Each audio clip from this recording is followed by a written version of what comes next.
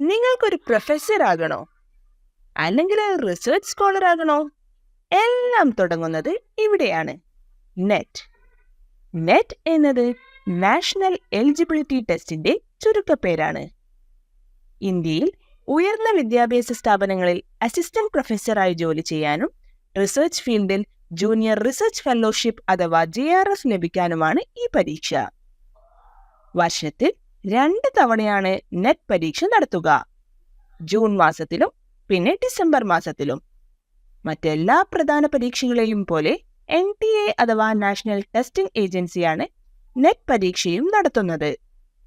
പല ദിവസങ്ങളിലായി 2 ഷിഫ്റ്റ് വീതമാണ് ഓൺലൈൻ പരീക്ഷ നടത്തുക.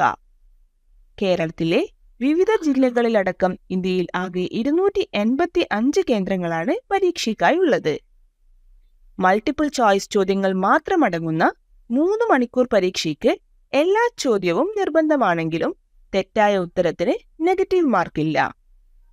ആകെയുള്ള 2 പേപ്പറിൽ ആദ്യത്തേത് എല്ലാവർക്കും പൊതുവായതും രണ്ടാം പേപ്പർ നിങ്ങൾ തിരഞ്ഞെടുത്ത വിഷയത്തെ ആസ്പദമാക്കിയുമാണ്. ഇനി ആർക്കൊക്കെയാണ് നെറ്റ് പരീക്ഷ എഴുതാൻ യോഗ്യത എന്നതിനെ സംബന്ധിച്ചുള്ള വിവരങ്ങൾ മറ്റൊരു വീഡിയോയിൽ.